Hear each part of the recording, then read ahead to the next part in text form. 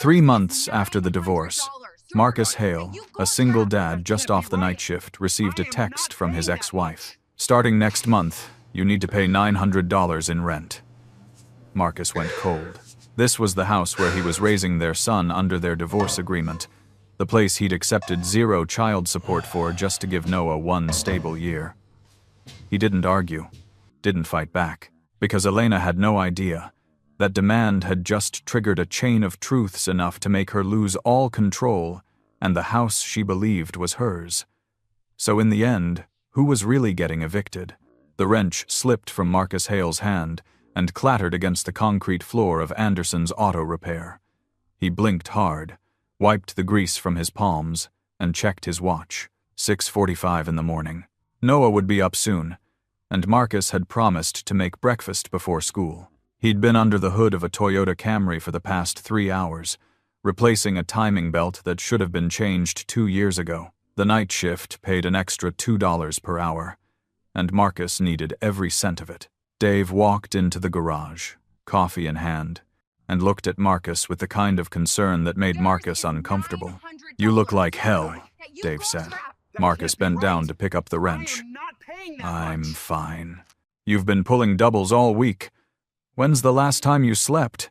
Marcus didn't answer. He closed the hood of the Camry and wiped his hands on a rag. Dave had been working at Anderson's longer than anyone, and he had a way of reading people that Marcus usually appreciated, just not today. "Go home," Dave said. "The kid's waiting." Marcus nodded, grabbed his jacket from the hook by the door, and headed out into the cool morning air. His truck was parked under the streetlight, dented and tired, but it started on the first turn of the key. He drove through empty streets, past the diner where he used to take Noah for pancakes on Saturdays, past the park where they'd flown kites last spring. When he pulled into the driveway, the porch light was still on. He unlocked the front door and found Noah already dressed in his school uniform, sitting at the kitchen table with a bowl of cereal. "Hey, buddy," Marcus said, setting his keys on the counter. "You're up early." Noah looked up, milk on his upper lip. "You said you'd be home by 6:30. Marcus felt the weight of it settle in his chest. "I know. I'm sorry. There was one more job." Noah shrugged and went back to his cereal. Marcus poured himself a glass of water and leaned against the counter, watching his son, 8 years old, small for his age, quiet in the way kids get when they've learned that speaking up doesn't change anything. The house was small but clean. 2 bedrooms, 1 bathroom, a kitchen that opened into a living room with a couch that sagged in the middle. There were drawings taped to the refrigerator, action figures scattered across the coffee table, and a framed photo on the mantel, Marcus, Noah, and Elena, taken 3 years ago at the state fair. Marcus hadn't taken it down yet. He told himself it was for Noah's sake. But the truth was he hadn't figured out what to do with the empty space it would leave behind. "Ready for school?" Marcus asked. Noah nodded and carried his bowl to the sink. Marcus grabbed Noah's backpack from the chair and held the door open as they walked to the truck. The drive to school took 12 minutes. Noah stared out the window the whole time, and Marcus tried to think of something to say that wouldn't sound forced.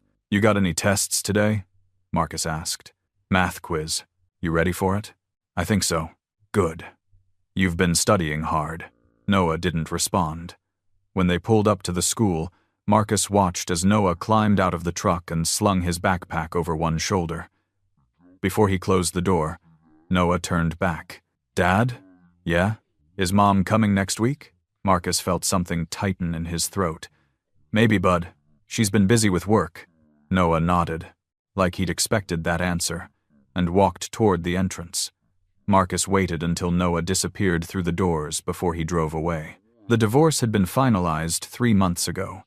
It hadn't been ugly, not in the way divorces could be. There had been no screaming, no throwing of dishes, no lawyers shouting across a courtroom. Elena had wanted out, and Marcus hadn't fought her. The marriage had been over long before either of them said it out loud. The custody arrangement had been straightforward. Marcus got full custody of Noah. Elena didn't contest it. She said she wasn't ready to be a full-time parent, and Marcus believed her. The only complication had been the house. It was a small ranch-style home on the edge of town, built in the 1970s and showing its age. Elena had bought it before they got married, which meant her name was the only one on the deed. During the divorce, she'd made it clear that the house was hers. Marcus hadn't argued. He didn't have the money to buy her out, and he didn't have the energy to fight. But he'd made a proposal.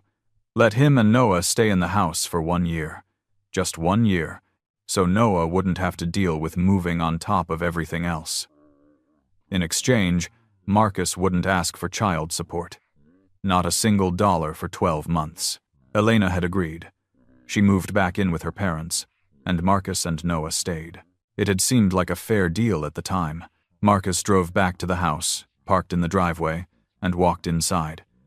He stood in the kitchen for a moment, staring at the sink full of dishes he hadn't washed yet. Then he sat down at the table and pulled out his phone. There was a text from Elena, sent at 11:30 the night before. "We need to talk about expenses." Marcus set the phone down and rubbed his eyes. He'd been expecting this. Elena had been hinting at it for weeks now, little comments here and there about property taxes and utility costs. He'd hoped she would let it go, but he knew better. He typed out a reply. "What do you mean?" The response came 10 minutes later. "I'm still paying for the house. You should contribute." Marcus stared at the screen. He typed and deleted 3 different responses before settling on one that felt safe. "We agreed. 1 year. No child support." Elena's reply was almost instant. "That doesn't seem fair to me anymore." Marcus didn't respond. He set the phone face down on the table and walked to the bathroom. He turned on the shower, let the water run until it was hot, and stood under it until his muscles stopped aching. When he got out, he checked his phone again. 2 more messages from Elena. "I looked up rental prices in the area. Houses like this go for $850 to $950 a month. Starting next month, you need to pay $900 in rent." Marcus sat down on the edge of the bed, still wrapped in a towel, and read the messages again. $900. He did the math in his head. Rent, plus groceries, plus gas, plus Noah's school expenses. There was no way. He called Elena. She answered on the 3rd ring. "I got your texts," Marcus said. "Good." Elena's voice was calm, controlled, like she'd rehearsed this conversation. "We had an agreement," Marcus said. "I know. But I've been thinking, and it's not fair for me to cover everything while you live there for free. I'm not living here for free. I'm raising our son. That's your responsibility as his father. The house is my responsibility. If you're going to stay there, you need to pay rent." Marcus felt the heat rising in his chest. He forced himself to keep his voice level. "Elena, I don't have $900 a month. That's why we made the deal in the first place." Elena sighed, like she was talking to a child. "Then maybe you need to get a second job, or move somewhere cheaper." "Move? You want me to uproot Noah 3 months into this?" "I want you to take responsibility." Marcus opened his mouth to argue, but Elena cut him off. "I'm not asking, Marcus. I'm telling you. $900 a month, starting next month. If you can't pay, then you and Noah need to find somewhere else to live." The line went dead. Marcus sat there for a long time, staring at the phone in his hand. Then he got dressed, grabbed his keys, and drove to the legal aid office on the other side of town. The waiting room smelled like old carpet and burnt coffee. Marcus filled out a form on a clipboard and handed it to the receptionist. 20 minutes later, a woman in her 50s with reading glasses on a chain called his name. Her office was small and cluttered with case files. She gestured for Marcus to sit. "What can I help you with?" she asked. Marcus explained the situation. The divorce, the agreement, the house, the texts. The lawyer listened without interrupting, jotting down notes on a yellow legal pad. When Marcus finished, she set down her pen and looked at him over her glasses. "Do you have the agreement in writing?" she asked. "No. It was verbal. That's going to be a problem. Verbal agreements are hard to enforce, especially in family law. If she owns the house and she's demanding rent, she has the legal right to do that." Marcus felt his stomach drop. "So I have no options? You have 3. Pay the rent. Move out. Or try to prove that she violated the terms of your agreement. But without documentation, that's going to be very difficult." Marcus thanked her and left. He sat in his truck in the parking lot for 10 minutes before he started the engine. That night, after Noah was asleep, Marcus sat at the kitchen table with a pen and a piece of paper. He wrote down his income, his expenses, and the $900 Elena wanted. No matter how he arranged the numbers, they didn't add up. He looked around the kitchen. The drawing Noah had made last week, taped to the fridge. The corner where they sat together every night to do homework. The living room where they watched movies on Friday nights. This was Noah's home. The only stable thing the kid had left after the divorce. Marcus folded the paper in half and shoved it into a drawer. Then he picked up his phone and texted Dave. "Can you put me down for extra shifts? As many as you can give me." Dave's reply came 5 minutes later. "You sure?" Marcus typed back. "Yeah, I need the money." The next 2 weeks blurred together. Marcus worked the night shift, came home to get Noah ready for school, slept for 3 hours, then went back to the shop for the afternoon shift. He drank coffee until his hands shook, and he stopped tasting food. Noah started asking questions. "Dad, why are you always working?" "Just trying to save up some money, bud." "For what?" Marcus didn't have an answer. Elena kept texting. Reminders, deadlines, warnings. "You have 2 weeks to decide." "I need an answer by the 15th, Marcus. If you don't pay, I'm coming to get the keys." One night, Marcus fell asleep at the kitchen table with his head on his arms. He woke up to Noah's small hand on his shoulder. "Dad, are you okay?" Marcus lifted his head. His neck ached, and his vision was blurry. "I'm fine, buddy. Just tired." Noah looked at him with those big, worried eyes. "Is Mom making us move?" Marcus wanted to lie. He wanted to tell Noah everything was fine, that nothing was going to change. But he couldn't. "I don't know yet," Marcus said. "But I'm working on it." Noah nodded slowly, like he didn't quite believe it. Then he went back to his room. Marcus sat there in the dark, staring at his phone. Elena's last message glowed on the screen. Final deadline, 48 hours. He didn't sleep that night. The messages came every day now. Sometimes twice a day. Marcus would be under a car, hands deep in an engine, and his phone would buzz in his pocket. He stopped checking it during shifts, but the notification count climbed anyway. "Have you thought about it?" "Marcus, you're not being fair." Fair. The word stuck in his mind like a splinter. He'd given up child support for a year so Noah could stay in the house. He was working double shifts to keep food on the table and gas in the truck. But Elena wanted $900 a month for a house he'd never owned, and somehow he was the one being unfair. Dave caught him staring at his phone in the break room one afternoon. "She's still giving you hell?" Dave asked. Marcus locked the screen and shoved the phone back in his pocket. "Something like that." Dave pulled up a chair and sat down across from him. "You ever think about just telling her no?" "I did. She said she'd kick us out." "Can she do that?" Marcus shrugged. "Lawyer said she probably can. House is in her name." Dave leaned back and crossed his arms. "That's some cold shit, man. Especially with the kid involved." Marcus didn't respond. He finished his coffee and went back to work. That night, Marcus got home just after 9. Noah was supposed to be asleep, but when Marcus walked into the kitchen, he found his son sitting at the table with a glass of water, still in his pajamas. "Hey, bud, what are you doing up?" Noah didn't look at him. Mom called. Marcus set his keys down slowly. "When?" "Like an hour ago." "What did she say?" Noah's voice was small. "She asked if you said anything about the house." Marcus felt his jaw tighten. He pulled out a chair and sat down next to Noah. "What did you tell her?" "I said no." "Because you didn't." Marcus reached over and ruffled Noah's hair. "You did good, buddy. Don't worry about it, okay? This is grown-up stuff." Noah finally looked at him. His eyes were red, like he'd been crying. "Are we going to have to move?"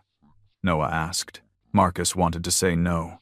He wanted to promise that everything would be fine, that they'd stay right here in this house where Noah felt safe. But he couldn't lie.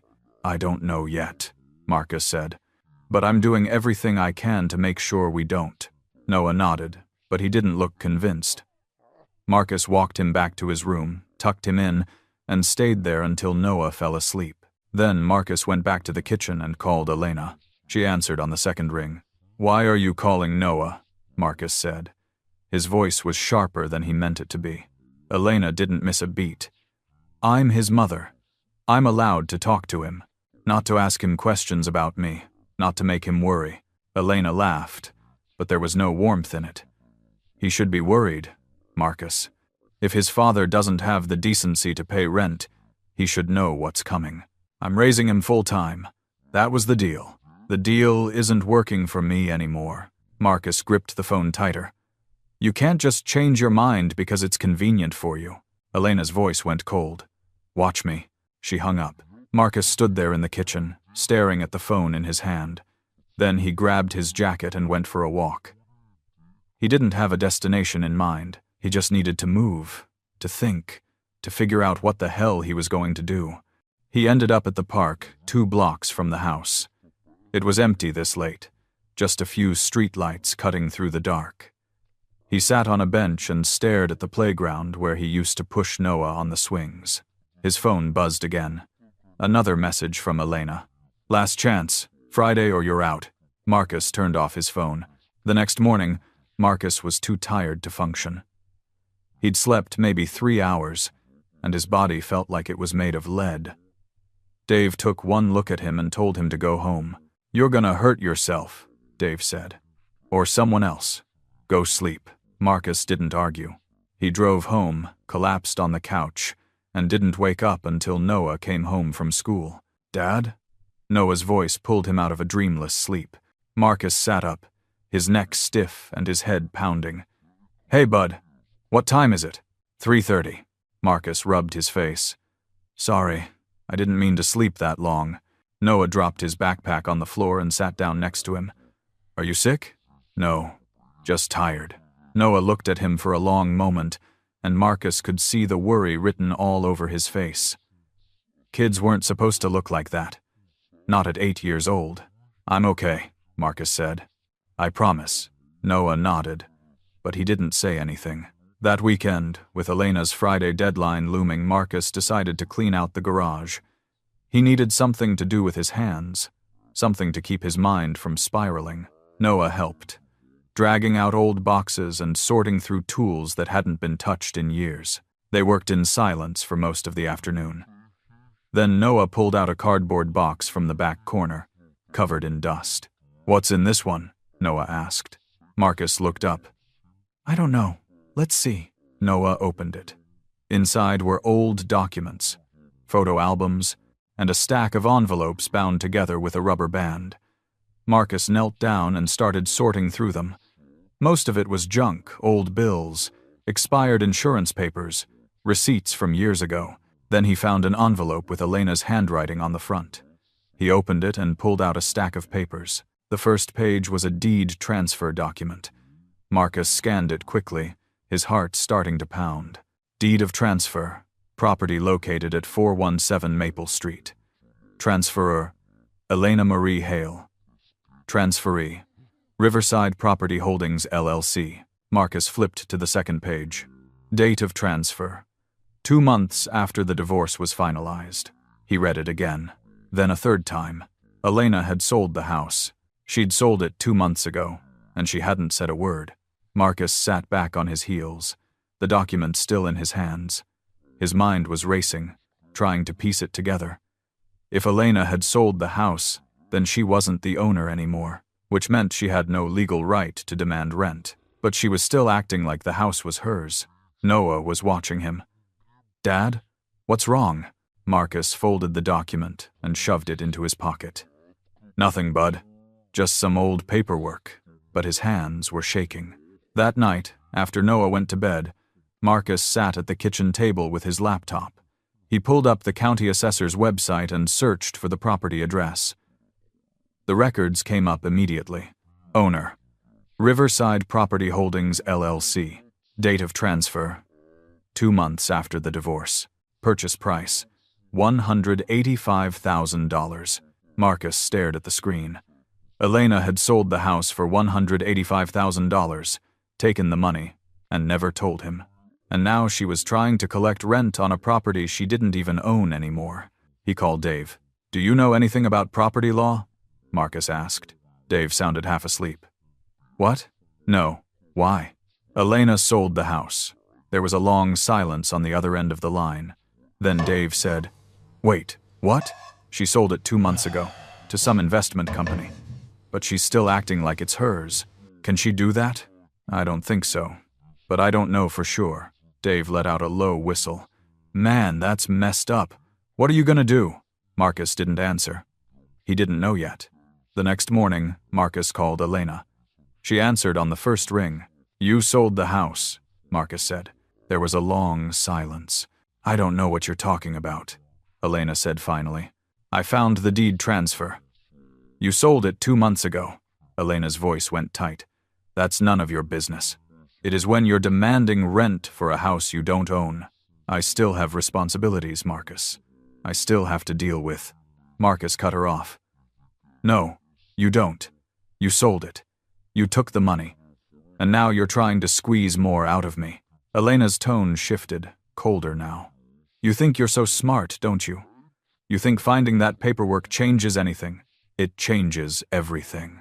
You're still living there, Marcus. You still need a place to stay. So unless you want to pack up and leave, you'll pay me what I'm asking. You're not the owner. You can't collect rent. Elena laughed, sharp and bitter.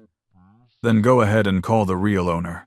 See what they say when they find out you've been squatting there for 3 months. Marcus felt his stomach drop. That's what I thought, Elena said. You don't have any options, so stop playing games and pay up. You have until Friday. She hung up. Marcus sat there, staring at the phone. Elena was right about one thing.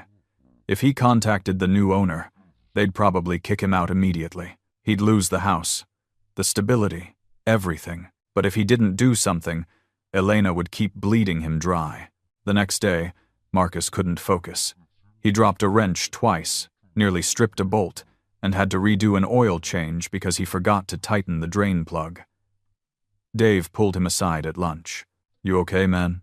Marcus shook his head. Not really. What's going on? Marcus told him everything.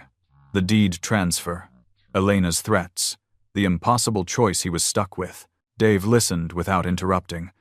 When Marcus finished, Dave leaned back against the workbench and crossed his arms. So, what are you gonna do? Dave asked. Marcus stared at the floor. I don't know. You got any money saved up? A little. Not much. Dave looked at him for a long moment. Then he said, You ever think about just buying the place yourself? Marcus let out a bitter laugh. With what? I can barely keep the lights on. I'm serious. You said the company bought it as an investment, right? Maybe they'd sell it back. Dave, I don't have that kind of money. How much do you have? Marcus thought about it.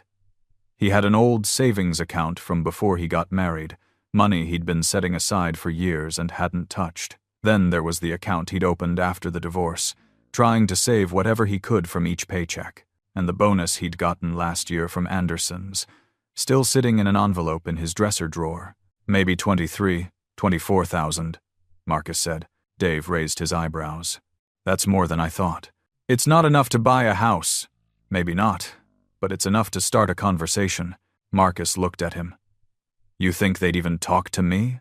I don't know. But what do you have to lose? That night, Marcus couldn't sleep. He lay in bed, staring at the ceiling, thinking about Dave's suggestion. It was crazy. He didn't have enough money. He didn't have good enough credit. He didn't even know if the company would be willing to sell. But it was the only option that didn't end with him and Noah getting kicked out. The next morning, Marcus pulled up the deed transfer document again and found the contact information for Riverside Property Holdings. There was a phone number at the bottom of the page. He stared at it for a long time. Then he picked up his phone and dialed. The line rang 3 times before someone answered. Riverside Property, Richard Cole speaking. Marcus cleared his throat. Hi. My name is Marcus Hale. I'm living in one of your properties, and I'd like to talk to you about it. There was a brief silence. Then Richard said, Which property? Marcus gave him the address. Another silence. Longer this time. I wasn't aware anyone was living there, Richard said. His voice was measured, professional. That property was purchased as an investment. It's not currently listed for rent. I know, Marcus said. It's a complicated situation, Can we meet? I'd like to explain in person. Richard didn't answer right away. Marcus could hear papers shuffling in the background. All right, Richard said finally. Tomorrow morning, 10 o'clock. There's a coffee shop on 4th Street. Do you know it? I'll find it. Good. See you then. The line went dead. Marcus sat there, his heart pounding. He'd done it. He'd made the call.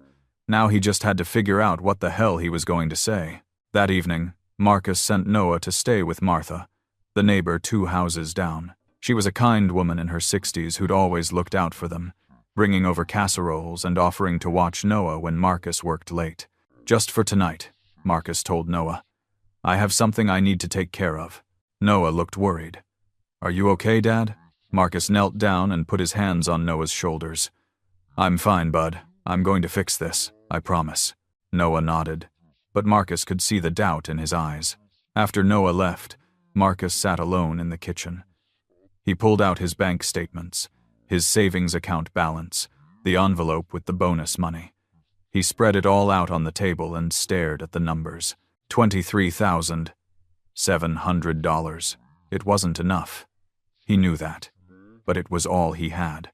And tomorrow, he'd find out if it was enough to buy his son a home.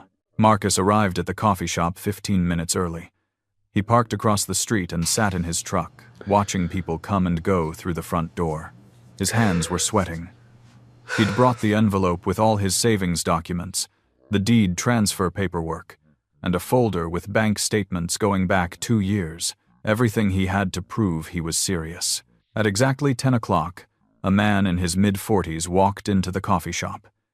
He wore a gray suit jacket and carried a leather briefcase.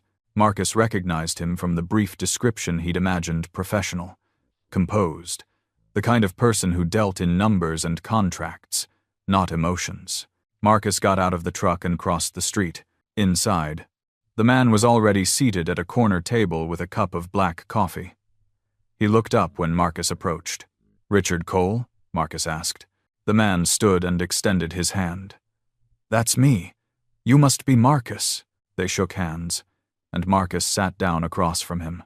Richard's grip had been firm but not aggressive. His face was hard to read, neutral, attentive, but giving nothing away. So, Richard said, leaning back in his chair, you're living in my house. Marcus nodded. I am. But I didn't know it was your house until a few days ago. Richard raised an eyebrow. Explain. Marcus took a breath and started from the beginning. The divorce, the custody arrangement, the agreement with Elena to stay in the house for 1 year while he raised Noah full-time, in exchange for not receiving child support. Then Elena's sudden demand for rent. And finally, the discovery that she'd sold the house 2 months after the divorce without telling him. Richard listened without interrupting.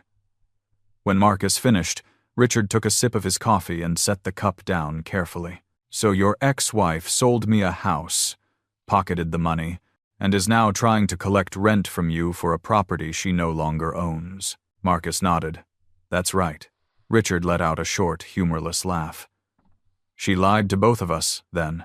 Yeah. Richard drummed his fingers on the table. I bought that property as an investment. The plan was to hold it for a year, maybe 2, then either rent it out or sell it for a profit. I wasn't expecting to find out someone was already living there. Marcus felt his stomach tighten. Are you going to kick me out? Richard looked at him for a long moment. That depends. What do you want? Marcus pulled the envelope from his jacket and set it on the table. I want to buy the house. Richard didn't move. You want to buy it? Yes. Do you know how much I paid for it? $185,000. Richard nodded slowly. And you have that kind of money? Marcus opened the envelope and spread the documents on the table. Bank statements, savings account balances, the bonus check from last year. I have $23,700, Marcus said. That's everything I've saved over the past 10 years. It's not enough to buy the house outright, but I want to make you an offer. Richard picked up one of the bank statements and glanced at it. Then he looked back at Marcus. I'm listening. Marcus leaned forward. I'll give you the $23,000 as a down payment. I'll get a loan from a bank for the rest. You keep the deed until I've paid off the loan in full. If I default, You get the house back and keep the down payment. Richard set the statement down.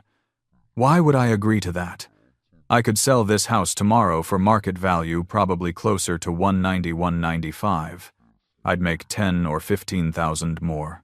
Cash, no strings attached. Marcus had expected this.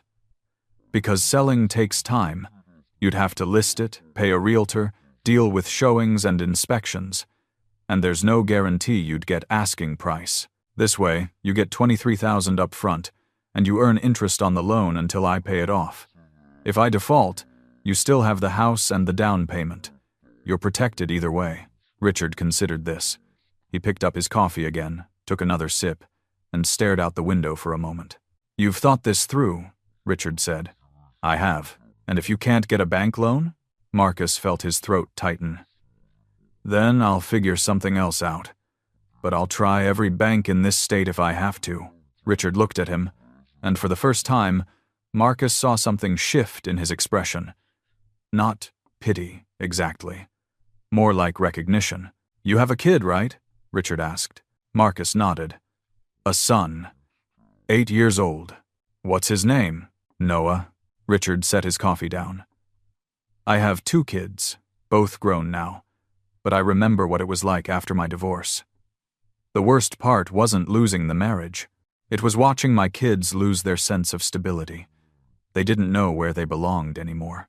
Marcus didn't say anything. He just waited. That house, Richard continued.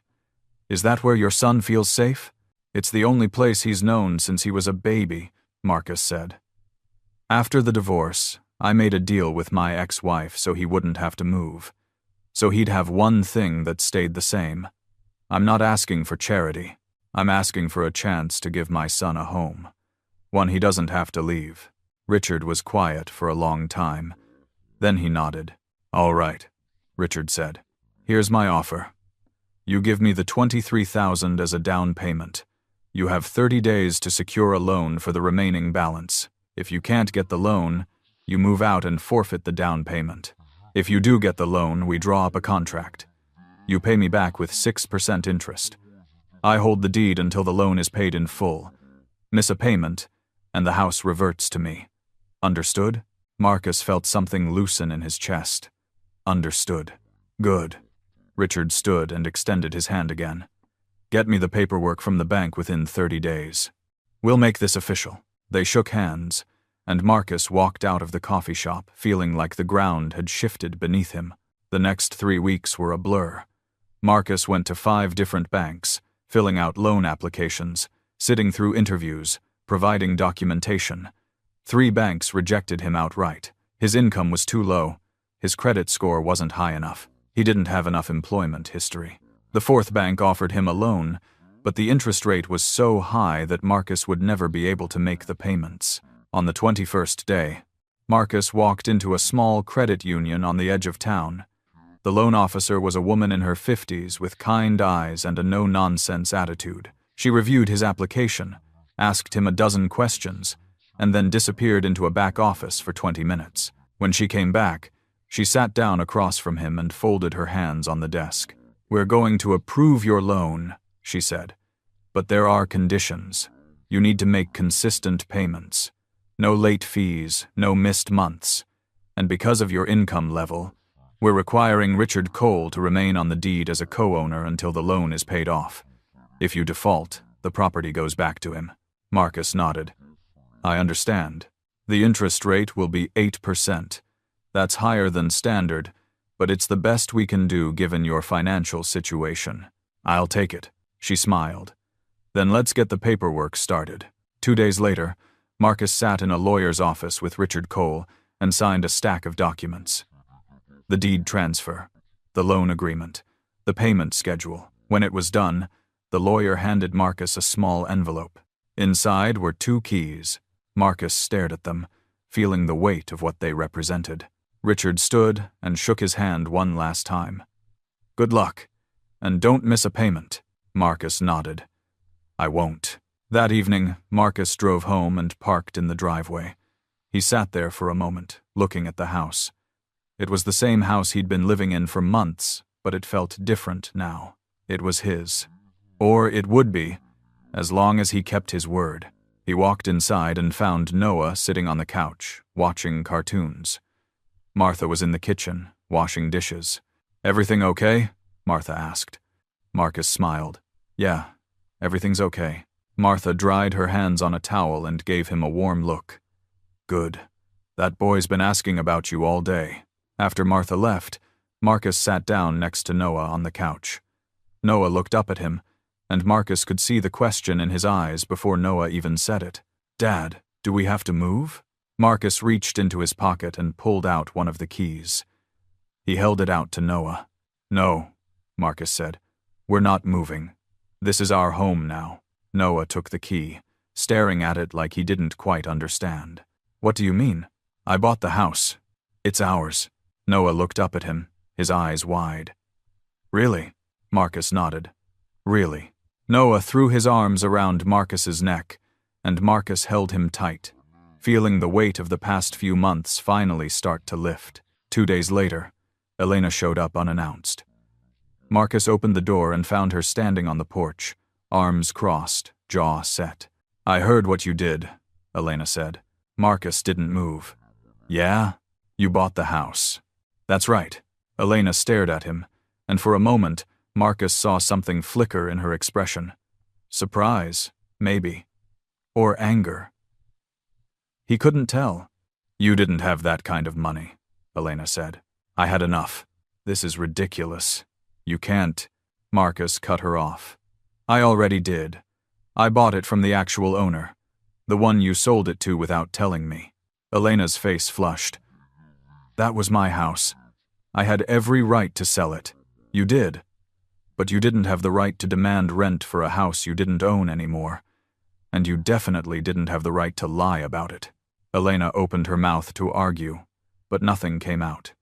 She stood there, glaring at him, and Marcus could see the realization setting in. She'd lost. "If you want to take me to court, go ahead," Marcus said. "But I bought this house legally. I've got the paperwork, and I'm raising our son here. So unless you've got something constructive to say, I think we're done." Elena stared at him for a long moment. Then she turned and walked away without another word.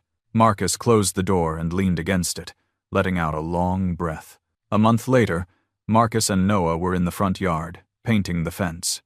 It was a Saturday, and the weather was clear. Noah had insisted on helping, even though most of his brush strokes ended up crooked. "Dad," Noah said, dipping his brush into the paint can, "can we plant a tree?" Marcus looked over at him. "What kind of tree?" "An apple tree. You said they take a long time to grow, right?" "Yeah, a few years at least." Noah nodded, concentrating on his brushwork. "Then, let's plant one. Because we're going to be here." Marcus smiled. He set down his brush, walked over to Noah, and ruffled his hair. "Yeah, bud, we're going to be here." Marcus didn't win because he destroyed Elena. He didn't win because he humiliated her or made her suffer.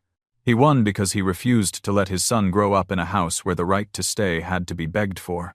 Sometimes the greatest victory isn't defeating someone else. It's protecting what matters most with your own strength and your own resolve. The house was no longer a battlefield. It was a home. And this time, no one could take it away.